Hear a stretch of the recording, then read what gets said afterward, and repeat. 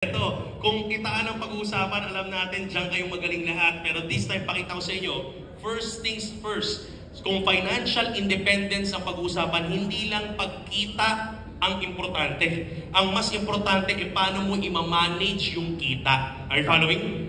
Marami tayo dito, kumita na ng milyon-milyon kung saan man tayong kumpanya galing. Pero ang problema kapag hindi mo alam paano paikutin at i-manage yung pera, nasasayang din. Sa Ascenda International, we value that once you begin, doon pa lang tinuturuan natin lahat ng members ng financial literacy.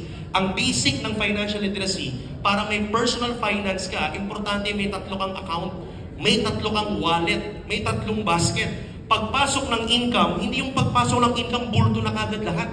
Tapos ikaw na bahala kung saan mo dadalhin. Kaya minsan nauuna muna yung Boracay. Pag Boracay, akala ang dami, Boracay pag uwi, sardines ang ulam. So dito hindi na po mangyayari yan. Okay? Sa Ascenda International, mga kaibigan, pagpasok ng income, lahat ng kikitain natin sa dashboard, mawi-withdraw mo lahat anytime. But the truth is, di siya may allocation. Pakisabi nga, allocation. Allocation. In financial management, allocation is key. You need to understand ilan ang allocation ninyo. So ito, meron tayong essential account, expansion account, and enjoyment account. Pakita natin, boss.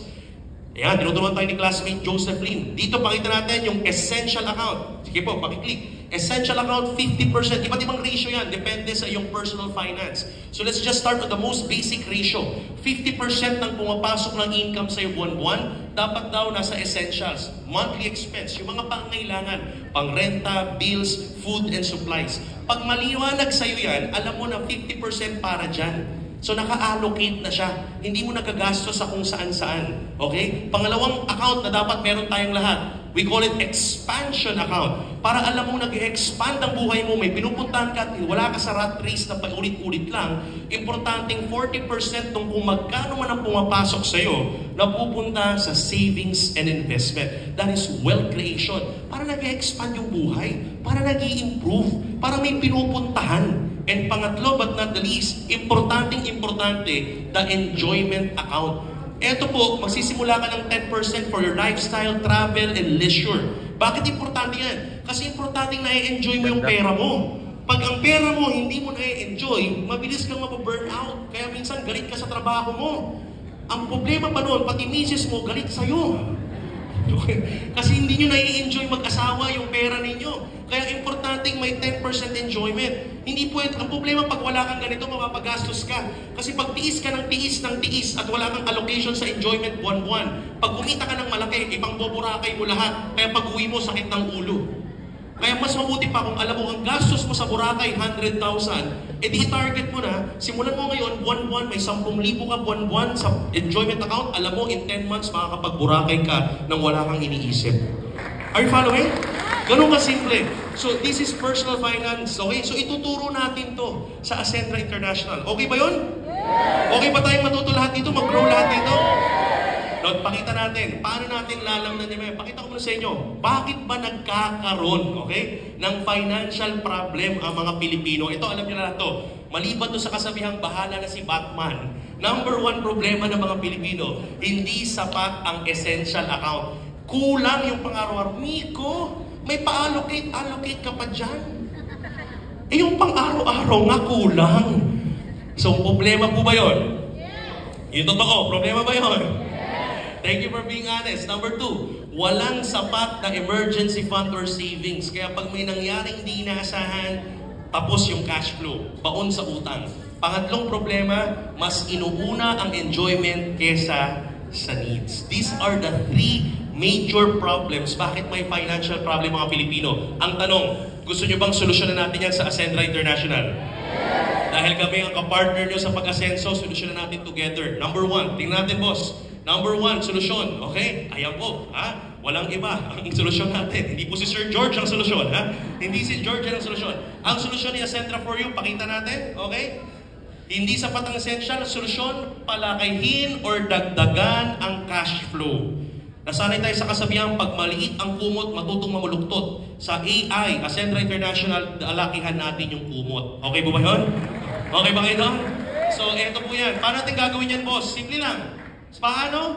Benta. Sales or pagbebenta. Because the end of the day, lahat naman talaga tayo kailangan gumaling sa pagbebenta. Ang mundong to is actually created by exchange of energy. Is that right? Wala pang pera noon, uso na ang barter, trading. Kung anong mas valuable sa iyo at mas valuable sa akin, magpapalit tayo. Hanggang ngayon, nagkaroon ng currency. So hanggang hindi ka marunong magbenta, walang mangyari. Kahit empleyado ka, nagbebenta ka.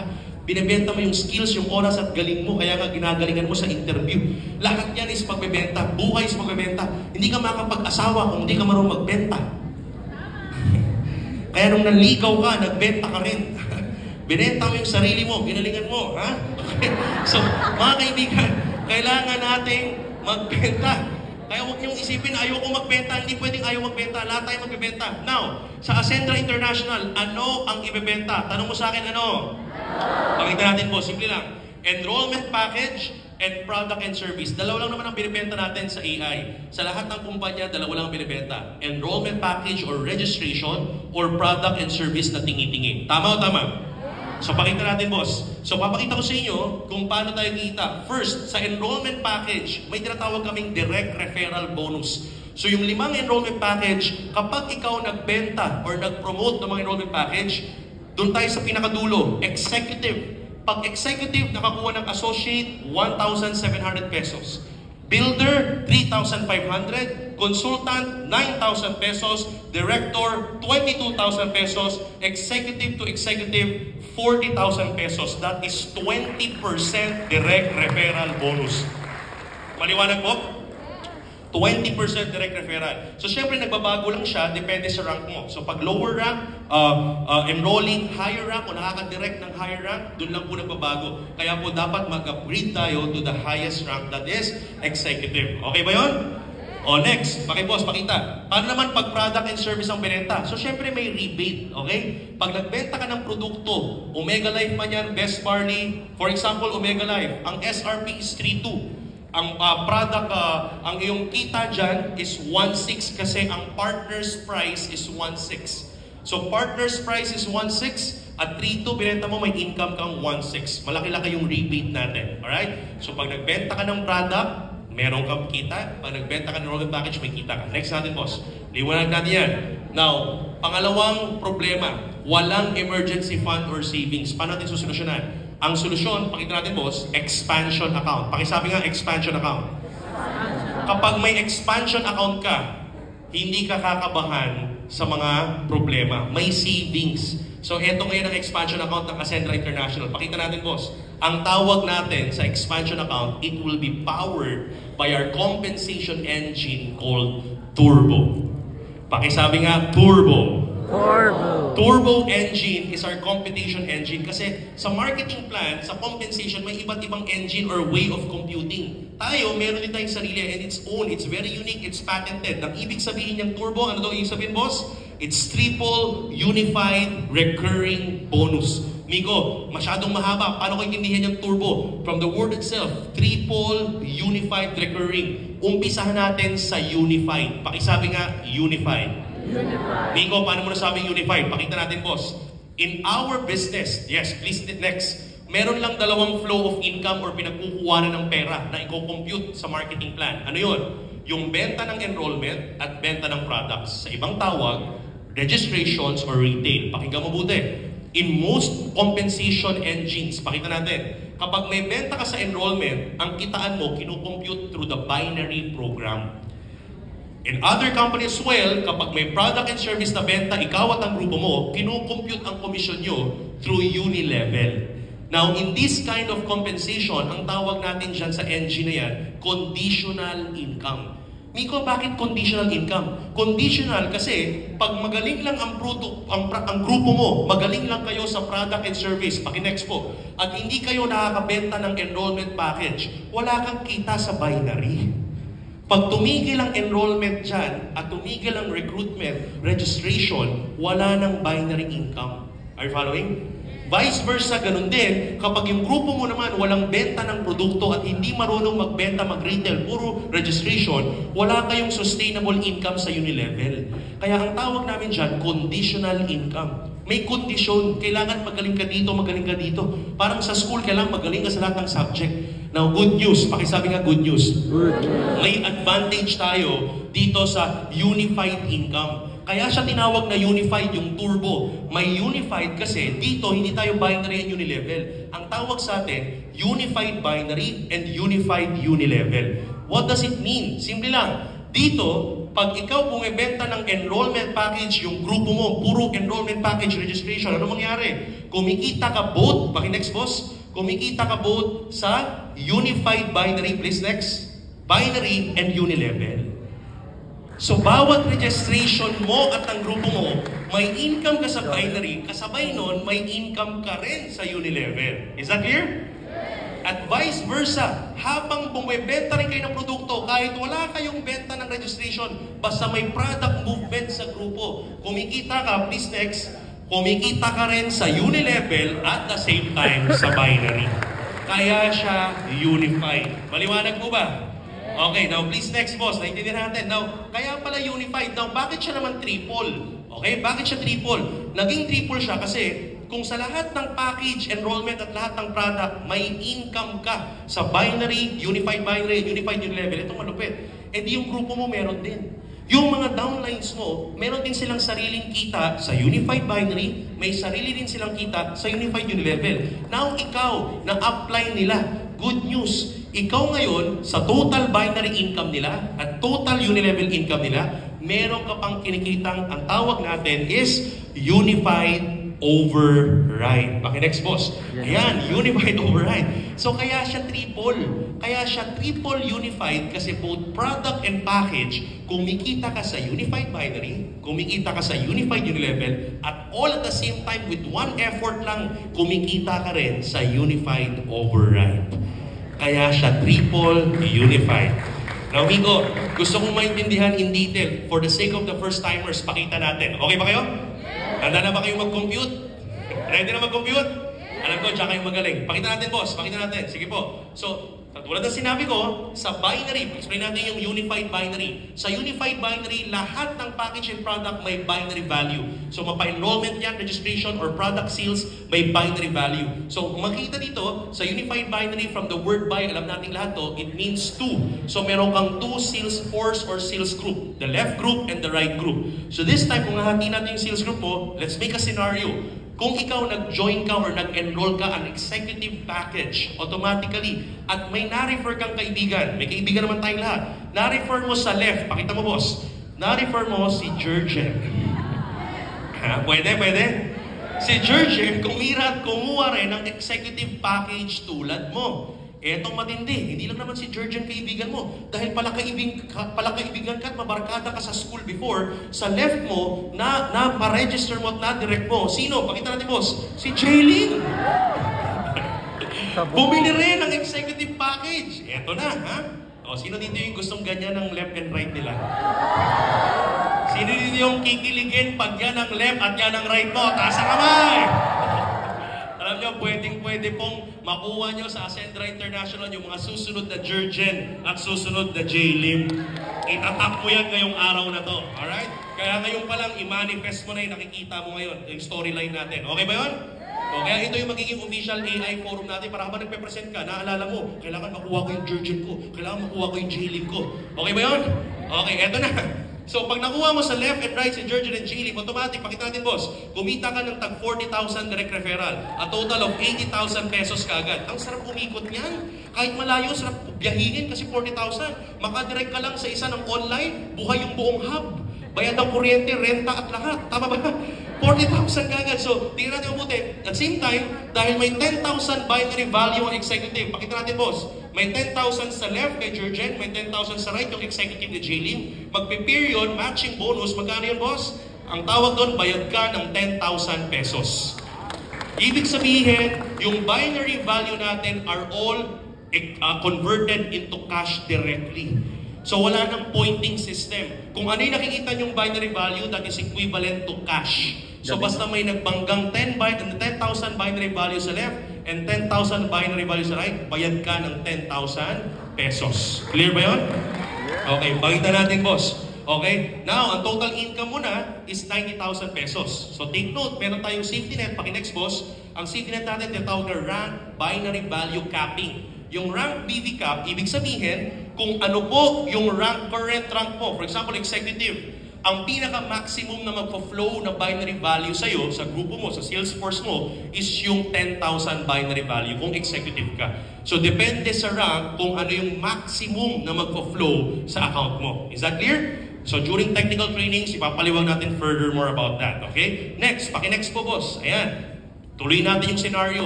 This time, may dalawa ka pang kaibigan. Siyempre, hindi lang naman dalawa kaibigan mo. Mabarkada ka nung nag-aaral ka. May dalawa ka pang kaibigan. Sino? Paki-next, boss. Si Ces at saka si Miko.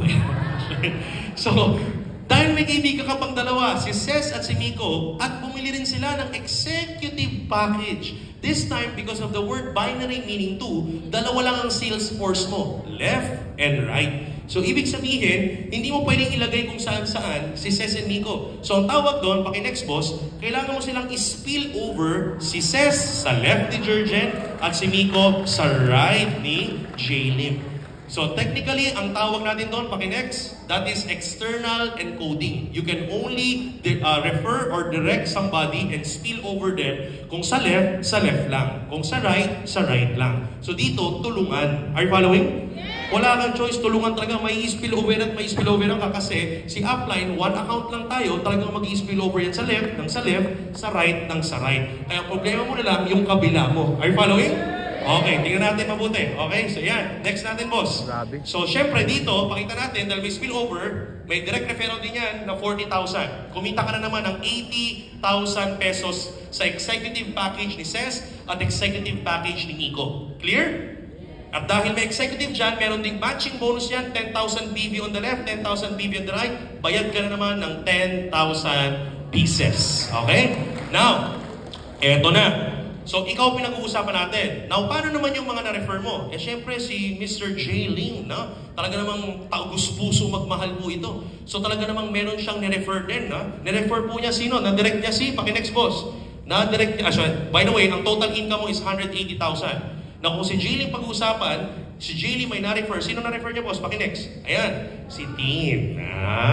Na-refer ni J. Lim si Tin as an executive package. Automatic si J. Lim kumita ng 40,000 sa executive ni Tin. At the same time, meron siyang matching bonus na 10,000 kasi nag-match si Miko at si Tin doon sa kanyang binary value. Is that clear? Now, if we will talk about you, pakita natin, boss. Kung ikaw ang pag-uusapan, meron ka ngayong waiting na 10,000 binary value sa executive account ni Tin.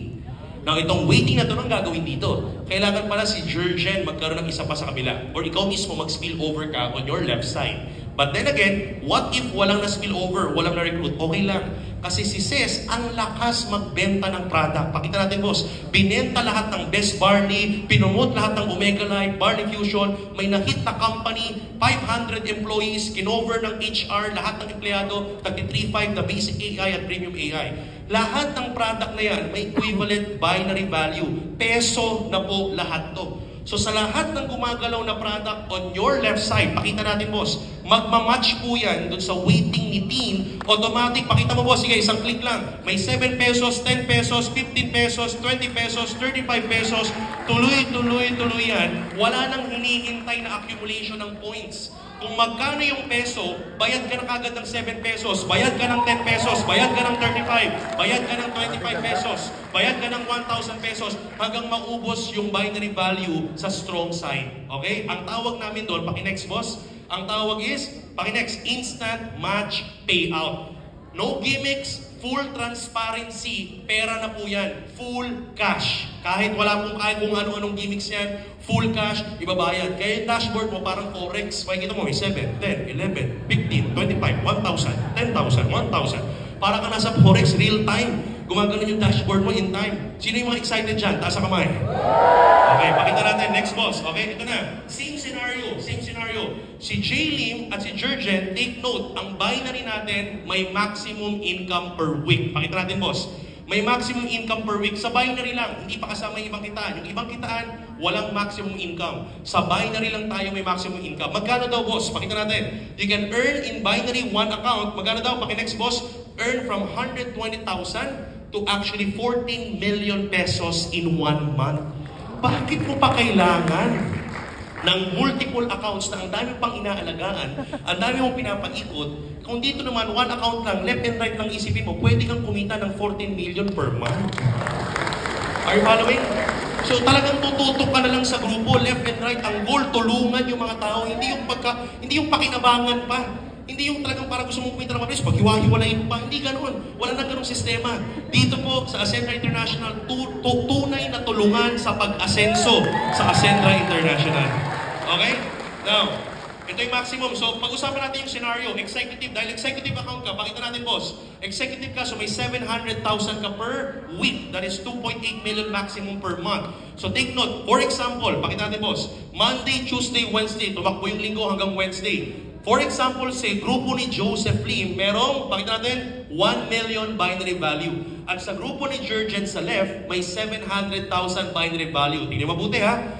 From Monday, Tuesday, Wednesday, nag-ipon yung binary value na yan. Automatic, real-time, nag-match na yan. Pakita natin, boss, nag-match yan, bayad ka ng 700,000 pesos.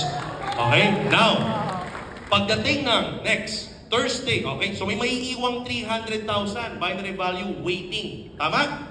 Kasi 700 minus 1 million, 300,000. So may waiting ka sa grupo ni Joseph Lim sa Salesforce niya na 300,000. No, pag gumalaw yung araw, Thursday, paki-next boss, Thursday, Friday, Saturday, Sunday, automatically, for example, may pumasok na builder, pumasok kay sa grupo ni Sir Jurgen, automatic may 1,000 po dito. Paki-next boss, 1,000 binary value, magmamatch yan sa 300,000. Paki-next boss, yan, automatic, wala nang 1,000 yan. Okay? May iwan, paki-next, may iwan na 299,000 binary value sa strong leg. Pero hindi ka nabayad ng 1,000 kasi na-reach mo na yung maximum income potential per week ng executive account. Okay ba yun?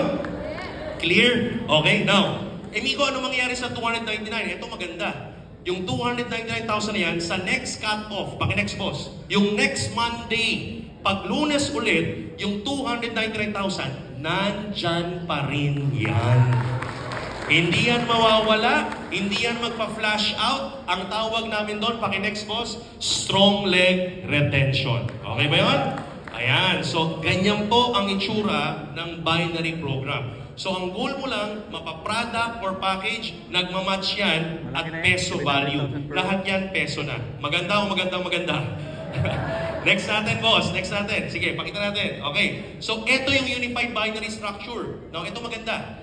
The same scenario, the same structure, the same effort na kumita ka sa unified binary, paki-next, is kikita ka rin sa tinatawag na unified uni-level. Paki-next, boss. So, same people, but this time on a different structure.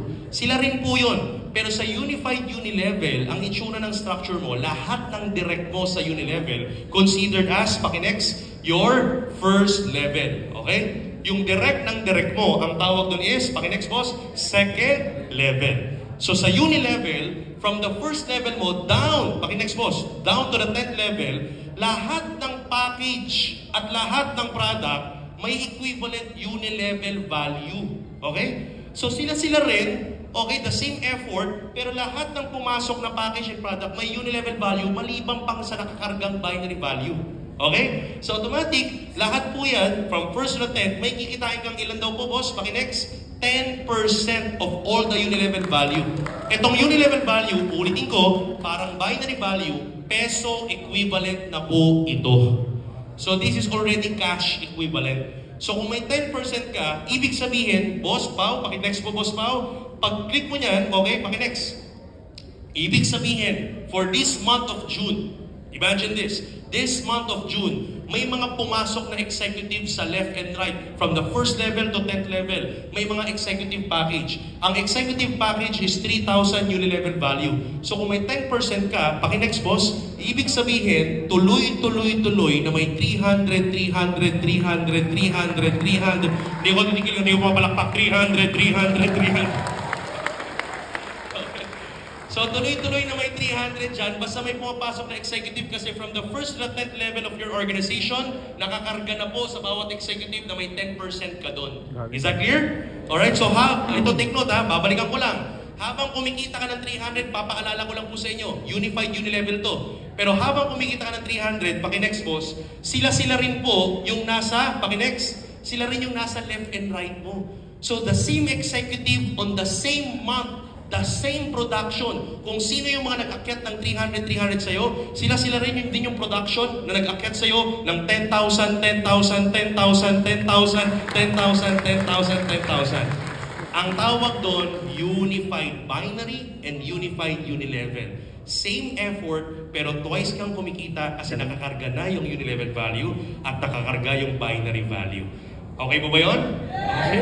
So hindi mo na iisipin maraming technicalities. Dalawa lang, basta benta ng produkto, benta ng package. Now, pagandahin pa natin, gawin pa natin mas interesting. Paki-next boss. Now this time, mayroon pang tinatawag na unified override. The same scenario, the same month of June, the same executives na pumasok. Take note, sila Ces, Jurgen, Jilim, and Miko on your first level. Paki-next boss. Silang lahat, meron din silang kanya-kanyang, paki-next. May kanya-kanya din silang left and right. So may left and right din sila kanya-kanya. Si Ces may left and right, si Jurgen may left and right, si Jilim may left and right, si Miko meron ding left and right. So technically lahat sila kumikita rin ng unified binary income. Kung kumita sila sa same production, kumita ng taga 100,000 pesos unified binary, ikaw may income kang unified override, paki-next, na 10% sa 100,000, so meron kang 10,000 pesos sa lahat ng income na yun. So, ibig sabihin, may income kang 10% sa lahat ng total binary income. Eh, syempre, same executive package, same product on that month of June, paki-next boss, meron din silang kita na unified unilevel. Paki-next boss, may unified unilevel income din. Let's say may tag 50,000 sila sa unified unilevel. Again, meron ka na namang, paki-next boss, 10%. So 10% of 50,000, meron kang tag pa 5,000 pesos sa kanila. So ang total unified override mo, paki-next boss, total unified override is 60,000 pesos. So ibig sabihin, habang kumikita ka sa unified binary, kumikita ka sa unified unilevel, kumikita ka rin sa unified override from the total income of your directs. Pwede o pwede? So, ang kagandahan doon, mga kaibigan, lumalalim pa po siya as you rank up. As you rank up, yung second level mo, lahat ng executive na yan, sabay-sabay, paki-next boss, sabay-sabay yan, yung 300, 10,000, 300, 10,000, 300, 10,000, kasabay, yung 60,000 overrides mo, lahat yun nangyari sa isang buwan, month of June, same production. Kaya po, ang tawag natin, paki-next, next boss, kaya ang tawag is recurring. Pakisabi nga, recurring. Kasi same effort, same month, same production of products and package, kumita sa unified binary, kumita sa unified unilevel, kumita ka pa sa total checks ng mga leaders, may unified override, kaya siya triple unified recurring bonus turbo engine. Pwede o pwede? Yang turbo engine na yan, paki-next boss, yan ang magiging laman ng expansion account. And last but not the least, patapos na tayo, ang number 3 problem nating lahat, mas inuuna ang enjoyment kesa sa needs. Kaya naman, dito sa Ascentra International, hindi na mangyayari yan. Kasi sa Ascentra International, the same effort mo, the same production, yung total, paki-next boss, yung total commissions or total income ng buong kumpanya, ang solusyon natin, may enjoyment account or lifestyle fund. Paki-next boss, makikita nyo po dyan, yung total sales po natin ng buong company, hinahati po into 6 different levels. So every month, may fund tayo, may global pool fund tayo for shopping, gadget, travel, car, luxury car, and property. Ibig sabihin, habang humahataw ka at kumikita ka sa essential, kumikita ka sa iyong expansion, kumikita ka rin sa enjoyment account mo, sabay-sabay na pong nangyayari yan. Paki-next boss, yan. Alright, so meron tayong yung lifestyle fund natin na de-declare yan through your performance value or PV. So lahat ng enrollment and products may nakakarga ng PV or performance value for your lifestyle. So kasabay na siyang nangyayari. Hindi mo na siya kailangang i-separate, hatawin kasi sabay-sabay nangyayari yung tatlong accounts na yan. Essential, expansion, and enjoyment. Paki-next boss. Ayan. So again, like I showed you, financial problem, kung hindi sapat ang essential account, ang solusyon natin, ano daw solusyon? Palakihin or dagdagan ng cash flow. Alam na natin ang essential account. Benta ng product, benta ng package.